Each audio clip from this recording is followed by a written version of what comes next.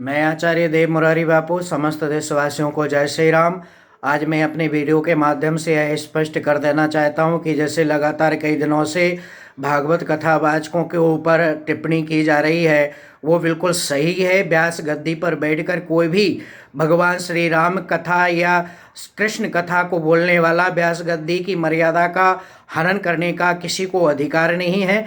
व्यास गद्दी पर बैठने के बाद कोई ही अल्लाहू अकबर या हुसैन या फिर नवाज पढ़ने की सलाह देता है तो मैं इसकी कड़ी निंदा करता हूँ, क्योंकि यह जो मर्यादा का हनन किया जा रहा है इन लोगों को यह ज्ञान नहीं है कि यह व्यास गद्दी इनके बाप की जागीर नहीं है। ये मर्यादा का पालन करते हुए व्यास पीठ से जो भगवान की कथा करता है उनके लिए, अनाधिकारियों के लिए नहीं है।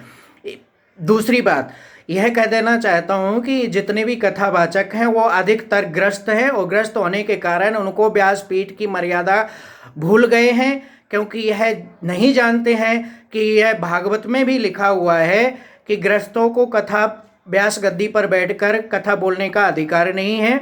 ब्रक्तो वैष्णवो विप्रो वेद शास्त्र विशुद्ध कृता दृष्टांत कुशलो धीरो वक्ता कार्यति निष्प्रया। ये 7 गुण जिसके अंदर होते हैं वही भागवत और राम कथा बोलने का अधिकारी रखता है। पहला है ब्रक्तो, तो ब्रक्त ना होने के कारण इनको यह राम कथा और भागवत कथा का मर्यादा कैसे की जाती है इसका ज्ञान नहीं है। ग्रस्तों की परंपरा नहीं है। यही परिणाम है कि जितने भी कथावाचक हैं अधिकतर ग्रस्त हैं।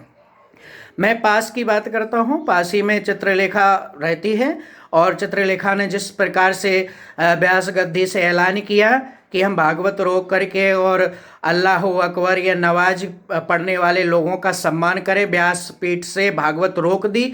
तो एक अगर आप भागवत करते हैं तो इतना भी ज्ञान नहीं है कि व्यास गद्दी से भागवत को कभी रोका नहीं जा सकता।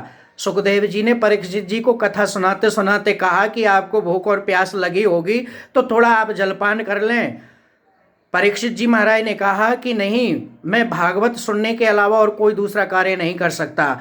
जब सुखदेव जी ने ये स्पष्ट कर दिया है कि भागवत के बीच में कोई जलपान नाश्ता भी नहीं कर सकता, तो फिर यह नवाज को महत्व देने की बात करना एक मूर्खता का कार्य है। इसलिए मैं कह देना चाहता हूँ कि जितनी भी ये लड़कियाँ कथावाचिका हैं उनको ज्ञान नहीं है, वो व्यास गद्दी पर बैठने का अधिकार नहीं रखते हैं।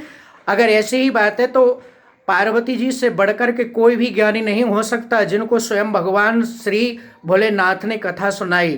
कथा सुनते समय उन्होंने खुद कहा कि यद्यपि जोशिता नहीं अधिकारी, मैं कथा की अधिकारी नहीं हूँ, लेकिन फिर भी आप मुझे कथा सुनाइए। जो कथा सुनने का अधिकारी नहीं है वो व्यास गद्दी पर बैठकर कथा बोलने का अधिकारी भी नहीं है।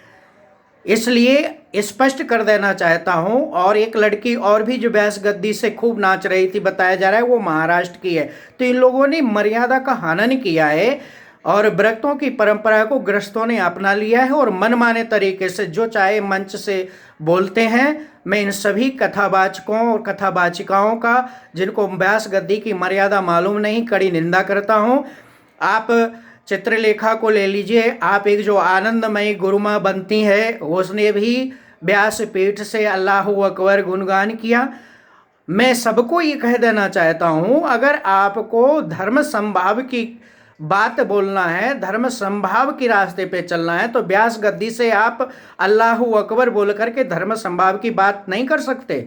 आप किसी पर्सनल मंच पर जाइए, धर्म संभाव मंच पर जाइए, वहाँ पर अल्लाह अकबर बोलिए तो कोई आपत्ति नहीं है। लेकिन व्यास गद्दी से जो भी भागवत हो या राम कथा जो भी व्यास है वो अल्लाह अकबर नहीं बोल सकता। मैं इसकी कड़ी निंदा करता हूँ। और अधिकतर लोग जितने भी हैं, चाहे चित्रलेखा को ले लीजिए, चाहे आनंदमयी माँ को ले लीजिए, वह चिन्मयानंद बापू हों, ये सब ग्रस्त हैं। इसलिए इन्होंने कथाओं का मर्यादा का हनन कर दिया है। व्यास गद्दी पर बैठने से पहले आप लोगों को अध्ययन करना होगा, जो व्रत परंपराएं हैं उनका निर्वहन करना होगा, क्योंकि यह व्यासपीठ व्रतों के लिए रिक्त थी लेकिन अब ग्रस्तों ने अपना लिया है।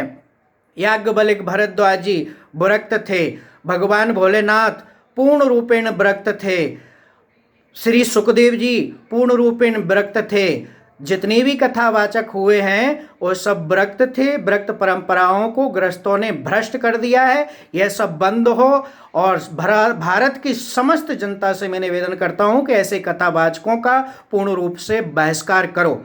जय श्री राम।